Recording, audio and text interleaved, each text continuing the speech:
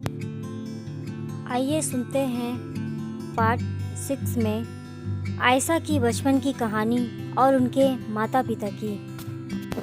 आयशा के माता पिता इस सुनहरे जंगल के राजा थे। आयशा के माता पिता ने जंगल में रहने वालों के लिए कुछ रूल बनाए थे। उनका सभी के लिए ये कहना था कि कोई भी इंसान इस जंगल में आए तो उन्हें कोई भी नुकसान न पहुँचे। मैं तुम लोगों को ये बता दूं कि हम सभी जंगली जानवर हैं, लेकिन इंसानों के साथ इंसानों जैसा व्यवहार करना, उन लोगों के सामने जानवर बन के उन्हें मत खाना। और अगर ऐसा करोगे तो जंगल ये तबाह हो जाएगा। लोग हमें शिकार करने आएंगे और हमें मारेंगे। ये एक सुनहरा जंगल है और जादुई भी। यहाँ जो भी इंसान घूमने आता है, नज़ारों को देखकर वो बहुत ही खुश होता है। इस बात को सभी जंगली जानवरों ने सुनकर सभी ने यही कहा, हमारे राजा ठीक कह रहे हैं, अगर हम उनका बात नहीं सुनेंगे तो हमारे जंगल को तबाह कर देंगे। अचानक से काव्या के माता पिता आते हैं और आयशा के माता पिता के सामने खड़े हो जाते हैं और तेज आवाज़ों से कहने लगते हैं कि ये तो जादुई जंगल है, हम तो इंसानों के साथ कुछ भी कर सकते हैं, वो हमारा क्या बिगाड़ेंगे। काव्या के पिता को जवाब देते हैं आयशा के पिता, हाँ तुमने तो ठीक कहा कि ये जंगल जादुई है और हम तो इंसानों के साथ कुछ भी कर सकते हैं, लेकिन इस जंगल में जो भी आएगा और हम उन्हें नुकसान पहुंचाएंगे तो ये जंगल खूबसूरत जंगल नहीं रह जाएगा, एक डरावना जंगल रह जाएगा जहां लोग आने से भी डरेंगे। आयशा के पिताजी की बातों को काव्या की माँ सुनती है और मुस्कुरा कर हंस के कहती है, ये तो बहुत अच्छी बात है कि कोई नहीं आएगा, सब तो हमारे ही जंगल है। आयशा की माँ काव्या की माँ को घूर कर देखने लगती है और काव्या की माँ कुछ नहीं कह पाती, नजरें झुका लेती है। आयशा के पिताजी काव्या के पिताजी को बोलते हैं कि मैंने जो कहा है वही सबको सुनना पड़ेगा, नहीं तो सब बर्बाद हो जाएगा। काव्या के माता पिता को उनका राय बिल्कुल पसंद नहीं आता, लेकिन और भी बाकी जो जंगली जानवर रहते हैं उनको राजा जी की राय बहुत पसंद आती है और वो हाँ कर कहकर मान भी जाते हैं। कुछ दिन बाद इंसान यहाँ आने लगे, जंगलों में पिकनिक मनाने लगे, बीच पर नहाने लगे। उन जानवरों ने कभी कुछ नहीं किया। राजा के जो साथी थे वो भी इंसान बन के इंसानों के साथ घुल मिल जाया करते थे। कुछ सालों तक सब कुछ अच्छा चलता रहा। कुछ दिन बाद राजकुमारी माँ बनी और सभी बहुत खुश हुए, लेकिन उनकी खुशियों में किसी की काली नज़र पड़ रही थी और वो काली नज़र काव्या के माता पिता की थी। काव्या के माता पिता एक भेड़िए परिवार से थे। काव्या की माँ आयशा की माँ से बहुत जलती है क्योंकि वो बहुत ही सुंदर रहती है और ताकतवर भी। एक दिन उस जंगल में किसी शहर इलाके से कुछ लोग घूमने आते हैं। उनके साथ एक छोटी सी बेटी रहती है और उनकी मम्मी पापा और कुछ दोस्त बीच पर नहाने लगते हैं और कुछ लोग यहाँ पिकनिक मनाने लगते हैं। पिकनिक मनाते ही रहते हैं। बच्ची थोड़ी देर में निकल जाती हैं कहीं घूमने। बेटा इधर आ जाओ मेरे पास, कहीं दूर मत जाओ अकेली। बच्ची बड़े ही प्यारे आवाज़ से बोलती है, मम्मा मैं तो कहीं नहीं जा रही हूँ, मैं तो यहीं पे हूँ। उस बच्चे की माँ अपने बच्चे को मुस्कुराते हुए देखती है और कहती है, ठीक है बेटा तुम कहीं मत जाना। वो बच्ची जाते ही जाते एक जादुई झरने के पास पहुँच जाती है। वो बच्ची देखती है कि एक छोटा सा जानवर पानी में डूब रहा है।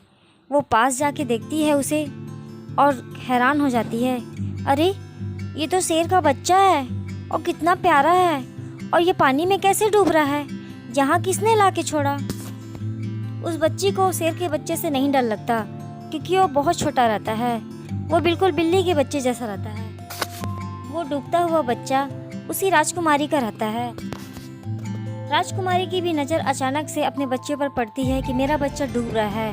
वो जैसे ही अपने जादू चलाने वाली रहती है वैसे ही एक दूसरी बच्ची को देख लेती है।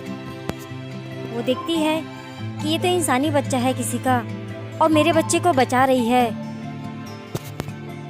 वो शहर से आई हुई बच्ची 3 साल की थी। राजकुमारी जादू चलाना बंद कर देती है और देखती है कि कैसे बचाएगी मेरे बच्चे को। अगर वो डूबेगी तो मैं उसे बचा लूँगी, लेकिन अभी मैं जादू चलाऊंगी तो वो बेचारी बच्ची डर जाएगी। इसीलिए राजकुमारी कुछ नहीं करती वहाँ पे। राजकुमारी सोचती है कि क्यों न मैं अपने बच्चे को इंसानी बच्चा बना दूँ और वो उसे बचाने में डर नहीं लगेगा। वो उसका हाथ पकड़कर खींच लेगी। वो बच्ची उसे बचाती तो है, लेकिन उस बच्ची को ये लगता है कि मैं उसका हाथ पकड़ूंगी तो वो मेरा हाथ चाप लेगा। वो बच्ची पेड़ के टूटे हुए डंडी को पकड़ती है और उस शेर के हाथ में देती है और उसे कहती है कि लो इसे पकड़ो, तुम बाहर आ जाओगे। थोड़ी देर में वो शेर का बच्चा बाहर आ जाता है और ये सब देखकर राजकुमारी बहुत खुश होती है और उस बच्ची को देखकर बहुत मुस्कुराती है। अचानक से उस बच्ची के माता पिता की आवाज़ सुनाई देती है और कुछ भेड़ियों की भी। राजकुमारी भी उन इंसानों की आवाज़ चीखते चिल्लाते हुए सुन लेती है और झट से वहाँ से गायब होके उन इंसानों के पास पहुँच जाती है। और जब पहुँचती है तो देखती है कि उस छोटी सी बच्ची के पिता को मार दिया जाता है और मारने वाले भेड़िया ही रहते हैं। भेड़ियों ने पूरे जंगल में तबाही मचा दी। उन बीच में लोगों को भी उन लोगों ने मार दिया। जंगल के बारे में राजा को भी महसूस होता है और राजा भी आ जाता है। राजा और रानी दोनों ही अपने शेरनी वाले रूप में आ जाते हैं और गुस्साते हुए उन भेड़ियों पर हमला करते हैं।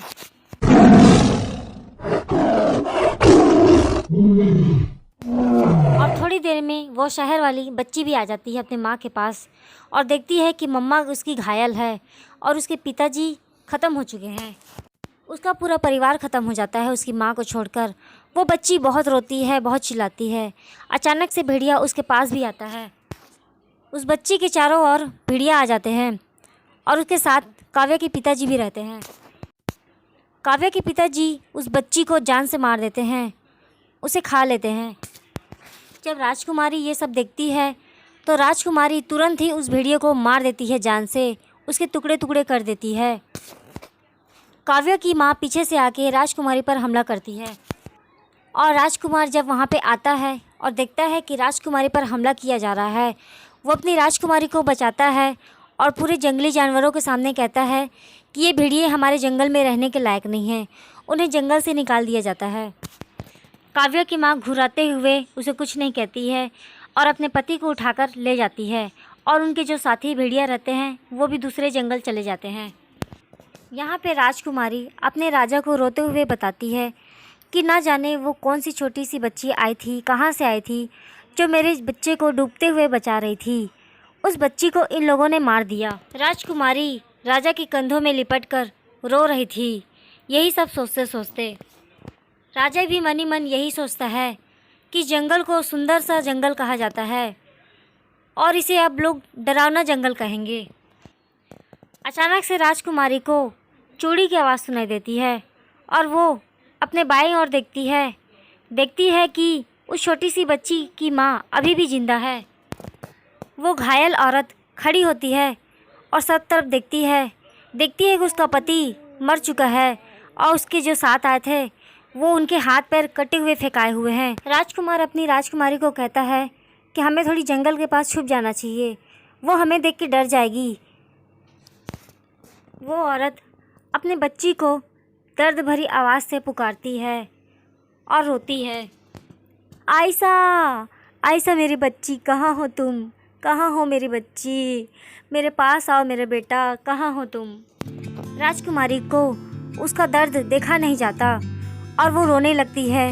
उसका दर्द देखकर वो और दुखी होने लगती है और वो तुरंत ही एक फ़ैसला लेती है और अपने राजकुमार से कहती है। राजकुमारी राजकुमार की आंखों में आंखें मिलाकर कहती है कि मैंने एक फ़ैसला ले लिया है। राजकुमार कहता है, क्या, कौन सा फ़ैसला, और अभी? राजकुमारी कहती है, हाँ, अब मैं इस माँ का दर्द नहीं देख पाऊँगी। मैंने ये फ़ैसला लिया है कि हमें उसकी बेटी वापस लौटानी होगी। मैं उसका दर्द और नहीं देख सकती। नहीं, ऐसे कैसे हो सकता है? हम उसकी बेटी को कैसे वापस ला सकते हैं? वो तो मर चुकी है।